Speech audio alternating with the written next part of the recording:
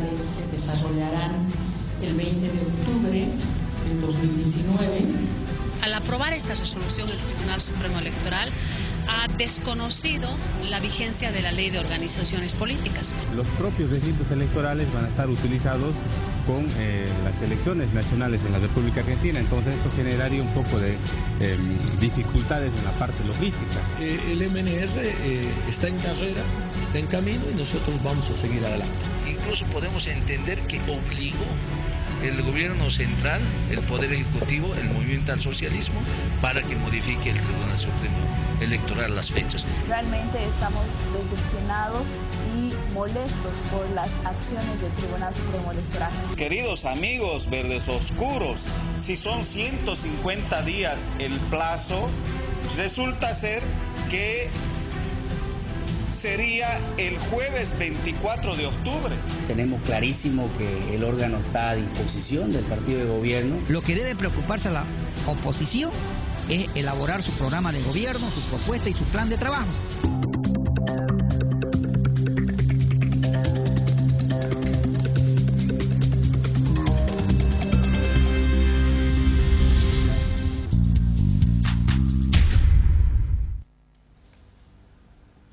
Elecciones generales tiene ya una fecha anunciada por el Tribunal Supremo Electoral que será el 20 de octubre. Se adelantaron una semana. Esta decisión ha sido tomada después de un encuentro importante en Cochabamba. Vamos a conocer las razones, todo el marco legal. Quiero saludar por favor al vocal del Tribunal Supremo Electoral, el doctor Antonio Costas. Qué gusto tenerlo acá, un placer, vocal.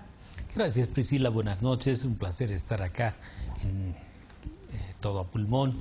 Efectivamente hemos estado en una reunión nacional este lunes y martes en Cochabamba, muy importante porque justamente trataba los temas de organización. Hemos expuesto también todo ese trabajo previo que tuvimos después de que se produjo también la convocatoria en la Argentina para la elección presidencial. Hemos hecho una evaluación de logística, hemos tomado contactos con la Cámara Nacional Electoral, con la Dirección Electoral de la Argentina. Hemos tenido siempre cumplen. La verdad, muy tranquilo. Argentina, por el momento, para creo que hacer un análisis integral. Se ha aperturado la mesa de manera normal. Bueno, hacer también y tomar las decisiones más adecuadas que nos permitan llevar adelante un proceso electoral ordenado, aquí en Santa Cruz, electoral transparente y confiable. Bueno, para explicarle a la población, esta decisión de pedir información, coordinar con la Argentina por el tema de la votación y todo eso, ¿se da luego que la Cancillería le envía una nota al Tribunal Supremo Electoral pidiéndole esto o se tenía ya esto previsto? Nosotros hemos estado haciendo trabajos previos de coordinación porque hemos empezado también un registro permanente en varios países del extranjero para hacer un mejor, yo diría hacer un registro más adecuado y con menos contingencias que se da en el registro masivo. Entiendo también que entre pares diplomáticos ha habido ciertas preocupaciones de la Argentina hacia Bolivia, y siempre el conducto es la vía diplomática, respecto a la eventualidad de que se lleve adelante este proceso electoral el día 27. La fecha estaba prácticamente definida porque establece el calendario electoral bajo una secuencia que está concatenada con la Ley de Organizaciones Políticas. La Ley de Organizaciones Políticas establecía que 120 días después de haberse llevado adelante las primarias debía convocarse. Y además la Ley 026, su artículo 94, que ha sido modificado por la Ley 575 y la 929, porque es toda una secuencia, establecía que debíamos hacer llevar adelante la votación por lo menos 150 días después. Eso nos hacía llegar justamente a la fecha esta. Sí, eso es lo que en algún momento se observó y se decía, se llevó adelante las primarias el 27 de enero, porque todo estaba calculado para el 27 de octubre. Entonces, ahí es donde hay una duda, digamos, del por qué una semana afecta o no afecta, se cumple con la ley. En realidad lo que ha ocurrido es que en la Argentina, donde se va a llevar adelante el proceso electoral también de elección presidencial, está ubicado nuestro mayor padrón electoral. Y son 61 recintos los afectados. 61 recintos. ¿De cuántos votantes estamos hablando? Más de 100.000. Es un número importante. Es un número importante. ¿Y qué comprendía esa problemática? Primero, que todos los recintos que son utilizados para la votación de los bolivianos son establecimientos educativos fiscales. Lo mismo que acá. Ya. Entonces, la Dirección Electoral Argentina es la que nos posibilita que nosotros tengamos estos recintos electorales. El segundo componente es la seguridad. Ese día, porque es una elección además nacional, todo el operativo de seguridad está destinado a apoyar la votación de los ciudadanos argentinos y de aquellos que son naturalizados, porque no votan los residentes, votan quienes tienen la nacionalidad argentina. Y se podía dar la coyuntura, y eso fue lo que justamente conversamos con las autoridades de la Cámara Nacional Electoral, que inclusive se puedan compartir los recintos.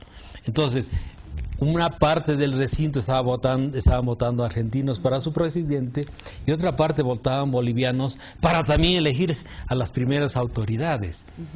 Indudablemente no era un problema menor. Logísticamente era complicado. A ver, ¿cuál era la alternativa? Colegios había que ver generalmente de reubicar o en colegios privados o en algunos lugares de concentración masiva, como un estadio, por ejemplo. Ya tuvimos ese problema el año 2009, que hemos concentrado la votación en estadios y claro, ahí teníamos 20.000 personas, 30.000 personas votando. Era un problema serio. Y la seguridad tendría que ser privada. Y era un costo aparte. Y además, la seguridad privada tiene otra cobertura, otra connotación, otra autoridad. No, porque la policía, tanto la provincial y la federal, que en este caso es la gendarmería, tienen pues hasta un respaldo de ley. Entonces, en ambos casos, la sugerencia fue que se difiera. La sugerencia fue que se difiera en un margen también razonable. ¿La sugerencia salió desde Argentina? Sí, ha habido una sugerencia indicándonos que en el marco de lo posible, nosotros no tenemos una ley fijada, ¿no? Una fecha fijada. Nosotros inclusive teníamos un intervalo para correr. Entonces, en el caso de ellos es fija, ¿no? Está fijado por ley cuándo tiene que ocurrir cada evento electoral. Entonces, hubo el análisis. O atrasamos o adelantamos. Si atrasábamos, nos tocaba Todos Santos. Ya no era un problema de 117.000 personas o 100.000 personas. Era un problema de casi 7 millones de personas que van a participar votando. Ya. Entonces, no habían muchas alternativas. El otro componente es que dentro de todas esas modificaciones que han ocurrido a la Ley 026 en su artículo 94, la primera modificación emerge con la Ley 575, el año 2014, donde separa justamente lo que son los procesos nacionales recurrentes y los judiciales, ¿no? Pero allí todavía se diferenciaba que para los nacionales deberían ser 150 días y para los subnacionales deberían ser 120.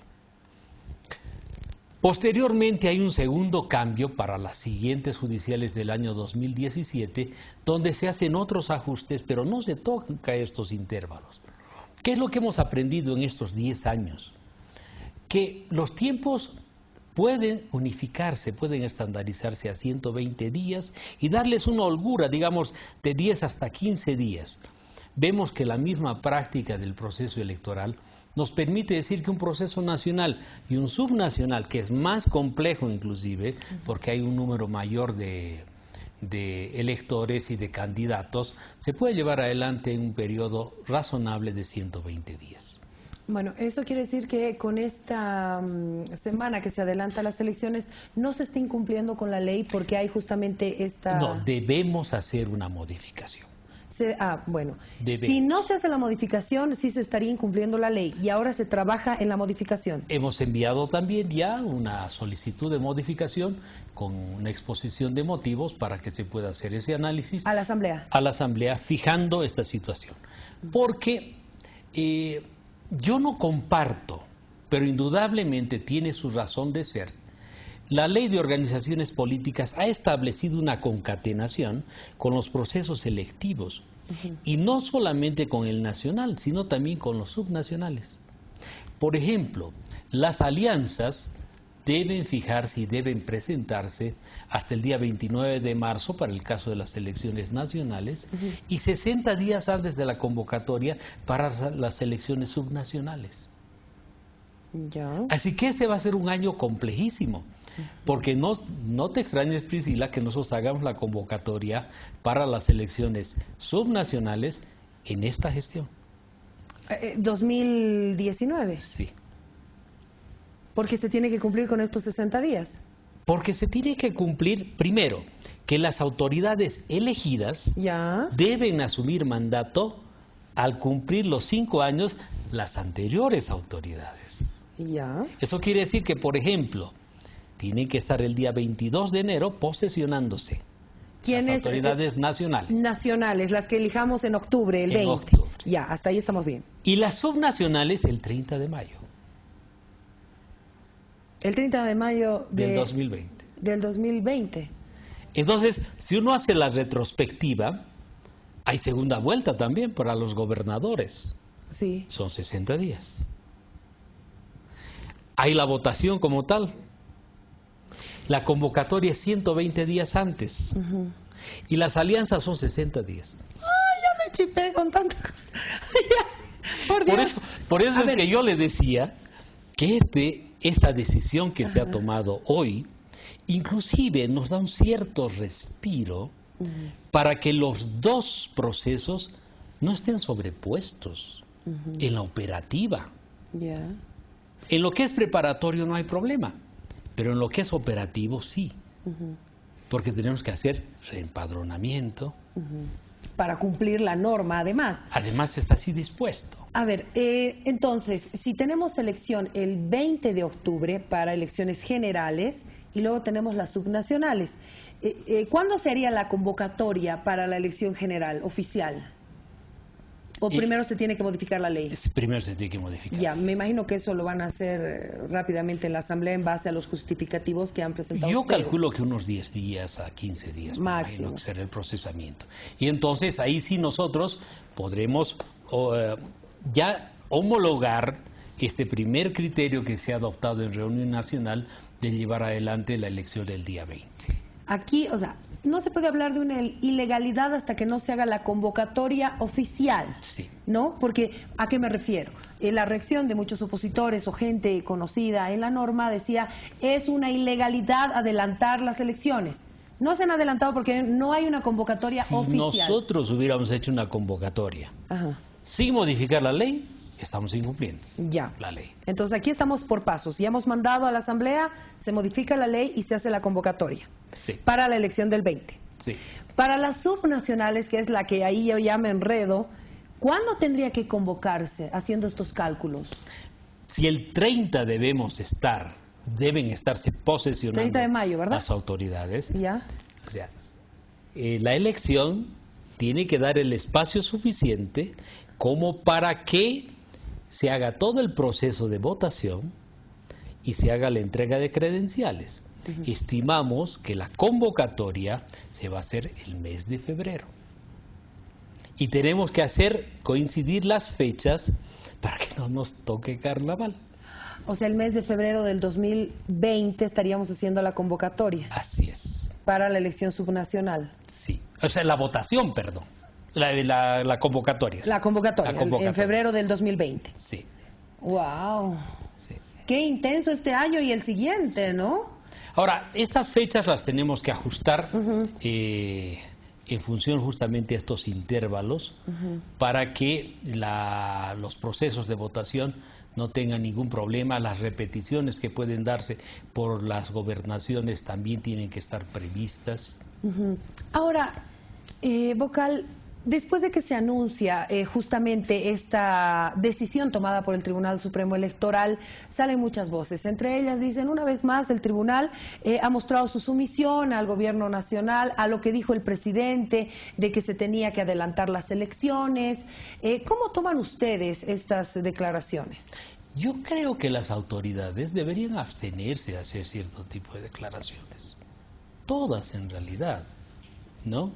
Porque, candidatos, todos. Sale una autoridad por decir, del oficialismo y trata de explicar la sugerencia nuestra en el marco de lo que son nuestras atribuciones. Sale también gente de la oposición, porque había gente de la oposición que ha dicho, a mí me parece razonable que pueda adelantarse o atrasarse una semana. Óscar Ortiz, una semana, dijo, sí, recuerdo. ¿No? Entonces, mi nieta decía algo bien interesante. ¿No? Cuando ella estaba haciendo una tarea, dice, ¿no quieres que te ayude, hijita? Le digo, ¿no? A la nieta chiquitita. Me dice, no necesito su ayuda.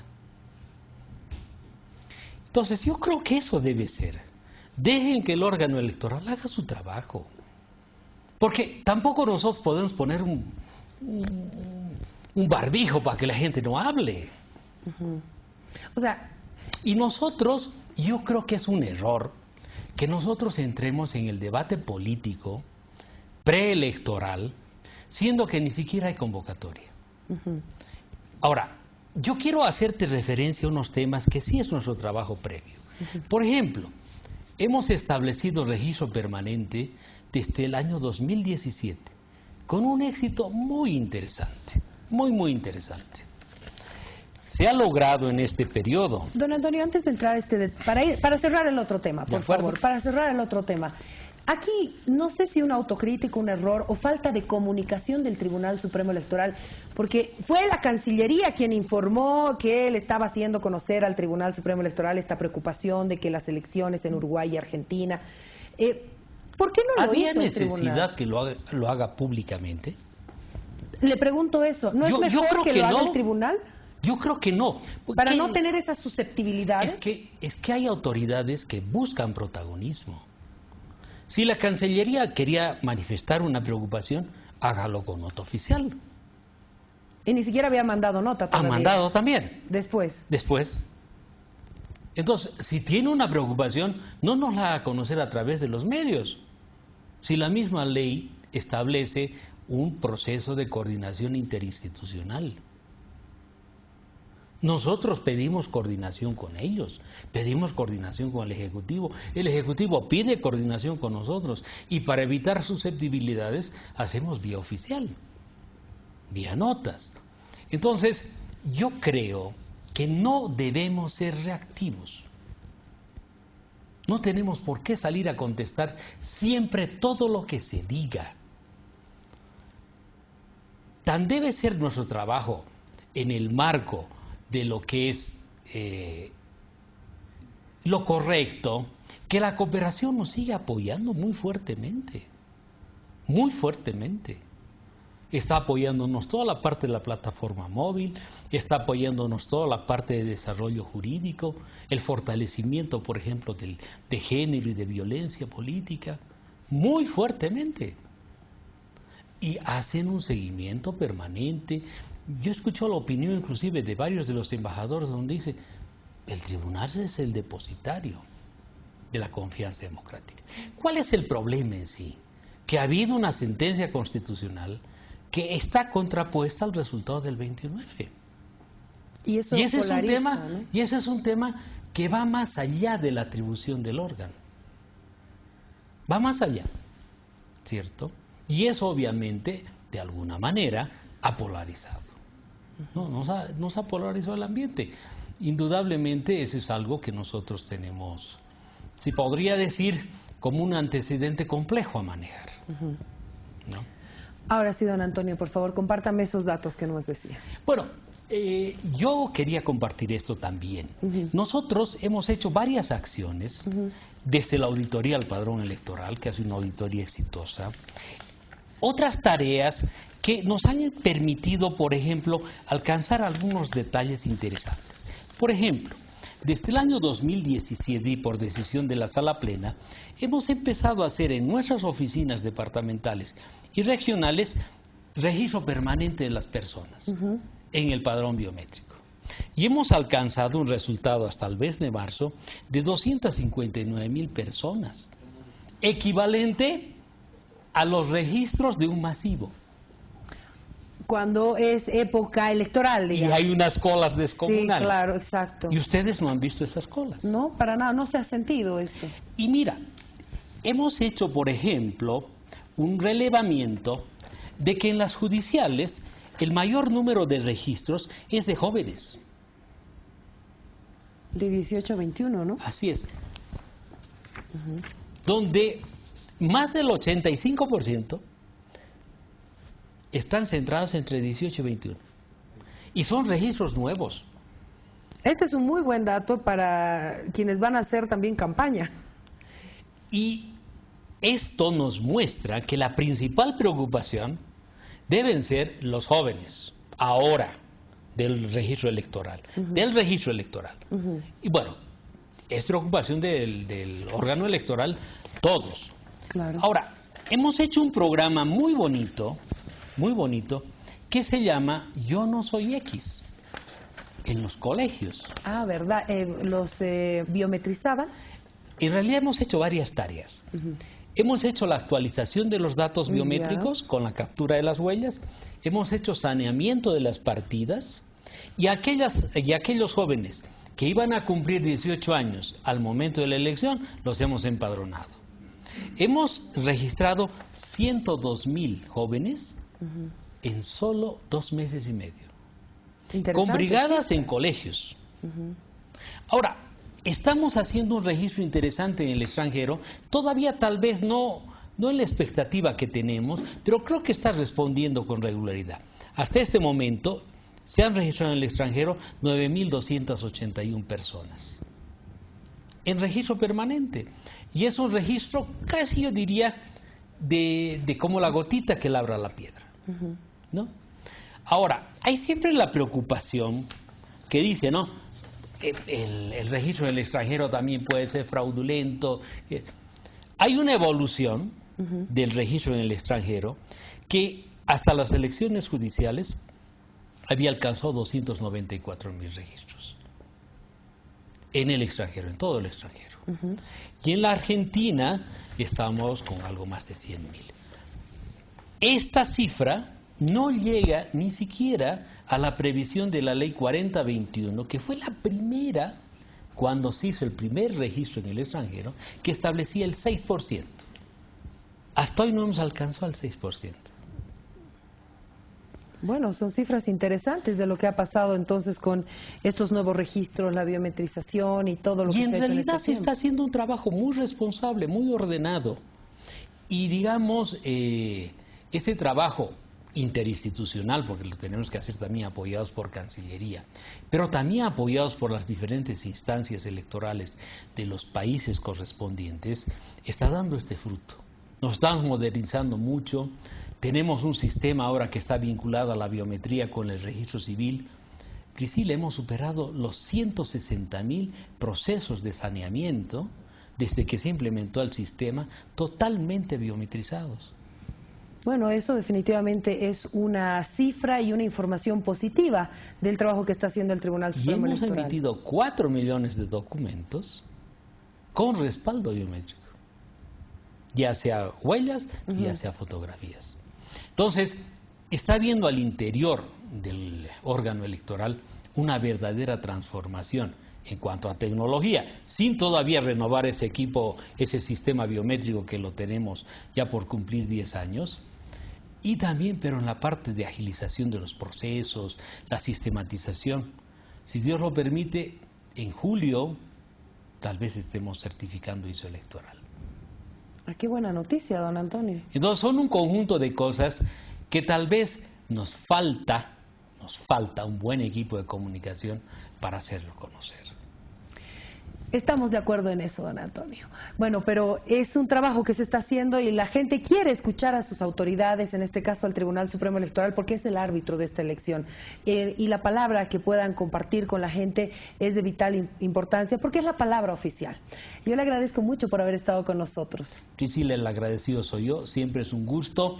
Estamos siempre en esta dinámica de poder estar informando, seguramente ya inmediatamente esté lanzada la convocatoria, la participación de mis colegas y mía va a ser más intensa, así que voy a agradecer que nos apoyes con toda esta difusión y bueno, siempre con mucho gusto estar en el programa y saludar a todos los televidentes. Gracias, gracias al vocal del Tribunal Supremo Electoral, un placer haberlo tenido acá. Ricardo, contigo.